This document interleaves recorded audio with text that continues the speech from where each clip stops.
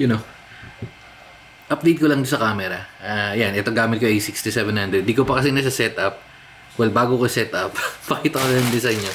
Bumili kasi ako ng itong open natin, hindi ko na matandaan. Pero yung isa dito is yung sa power.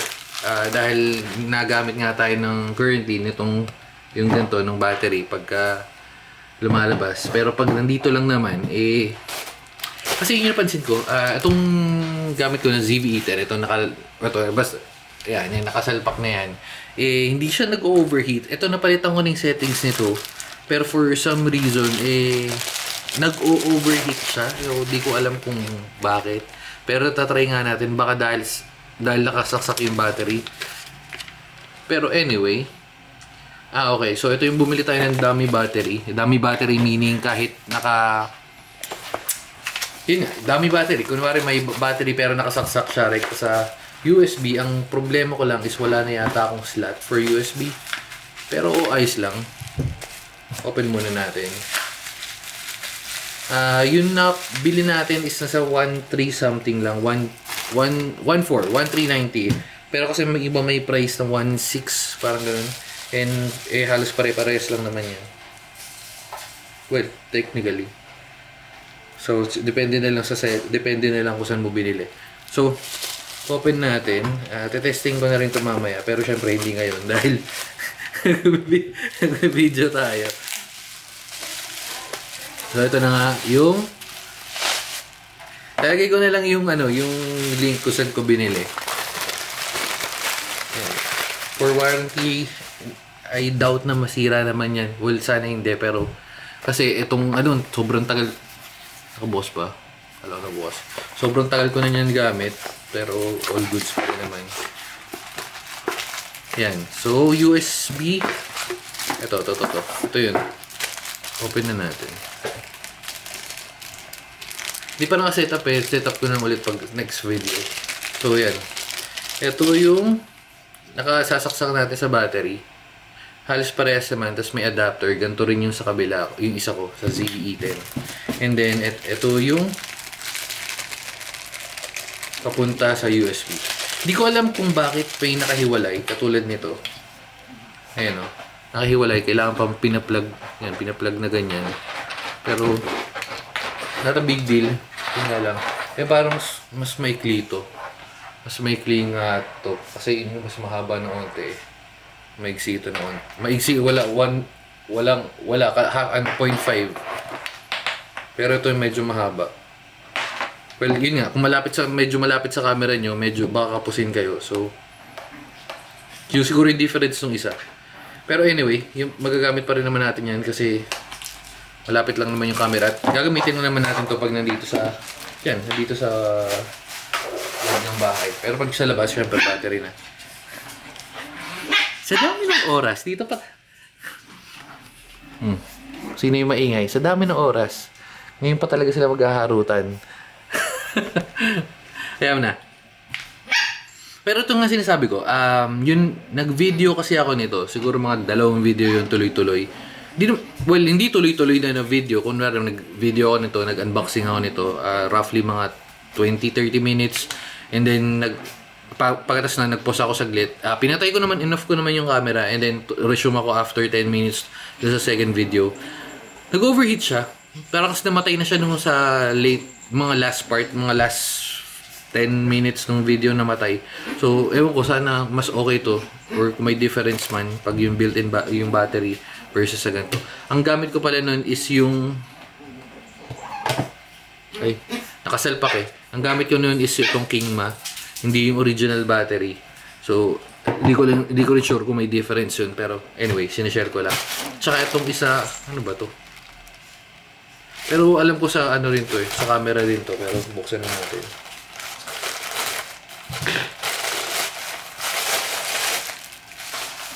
Kasi pag bumibili ako, lang like ng ganun, partner para madali tandaan. Open natin. Wait.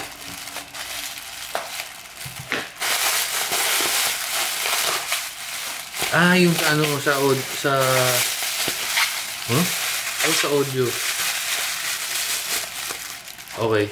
Ito yung binili ko para dun sa mic. Hindi ko sure kung gagana kasi yung mic na gamit ko ngayon, yung, wala tong mic. Built-in microphone lang to pero maganda kasi maganda na kasi mic nito eh. Pero sinasabi ko lang, ito yan. Yung, ano to, magkano bili ko dito? Wait, double check ko. Parang 90 pesos lang yata to. Wait. Confirm natin kasi baka ayan, yung SC2. Actually, peke. Alam mo naman hindi siya original. Pero, ayan. Ayan. Nasaan na yan? Ito yung binili ko, yung SC2. Ayan. Oops. Kasi dalawa yan. SC2. Oops. SC2 tsaka yung SC7. Yung SC2, yun yung TRS. Itong TRS to TRS. Itong SC7 is TRRS to TRS. May difference yun kasi yung TRS usually ito itong ginagamit natin ginagamit natin sa camera or yun sa mga ganitong camera, pero sa cellphones is TRS. So kung gumana to, kukuha pa ako ng isa para medyo mas malayo yung abot ng mic. Sana kung gumana. Although magkano nga to? Ayan. Ano rin pala 194 pero 194. 194 nga natin nakuha yan. Dyan natin nakuha yan, 194. Yan. Naghanap kasi ako original yung sa Rode. Hindi ko alam kung bakit hindi siya gumagana eh. Pero sige, testing na natin pala ngayon. Total na dito na para malaman nyo kung gumagana, kung may kwenta ba tong. Eto, sure ball akong gumagana. Pero testing ko lang mamaya kasi babaklas pa ako ng battery. Pero itong sa mic ng sa Rode is testing natin yan. Wait lang. Off muna natin. Kasi kailangan talaga natin i-off kasi pag nilagay natin yung sinaksak na lang natin, nawawala yung audio. So, tatanggalin ko muna. Okay, sorry. Wait lang. Ito pala yung original na mic. Na cable. Ayan o. Ganyan. Ang igsi lang. So, parang ganyan yan. And dahil may paikot-ikot tong isa is medyo mas mahaba to. Okay, so salpak na natin. Ay, wait. Testingin pala natin kung may original, may difference pag ito yung nakasalpak. Salpak natin muna ito. Again, itong mic na to, o yung nakita, ito naririnig nyo ngayon is yung built-in mic ng, lapit natin onte, built-in mic ng A6700. Salpak natin to ngayon. Testing. Okay, so ito na, nakakabit yung sa Rode na mic, Rode na kable.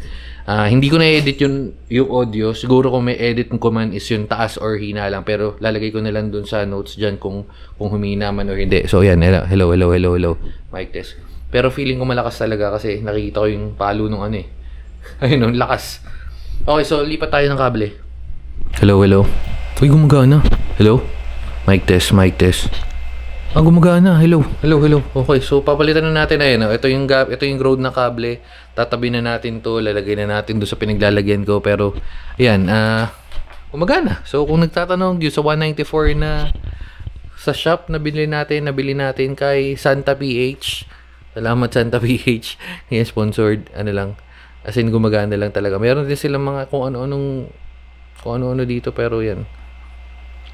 Toyota. Ay, nakabili kami ng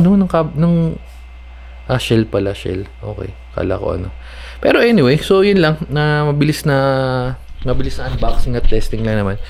Ayan kung malapit, testing, malapit. Ayan, medyo malayo na. Malakas tong mic na to. Yun pa, nagkamali ako ng mic. Well, I mean, okay naman siya. Pero kasi, itong mic na itong ginagamit natin is yung Video Micro 2. Pero meron kasing Video Go 2. Confirm ko, wait. Nakalimutan ko yung Wait lang. Wait. May nagko-comment pa sa YouTube.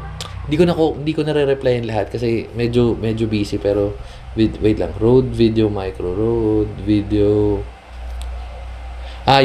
Video Mic Go 2. So yun yung difference. Parang Video Micro 2, hindi ko naman napansin nun.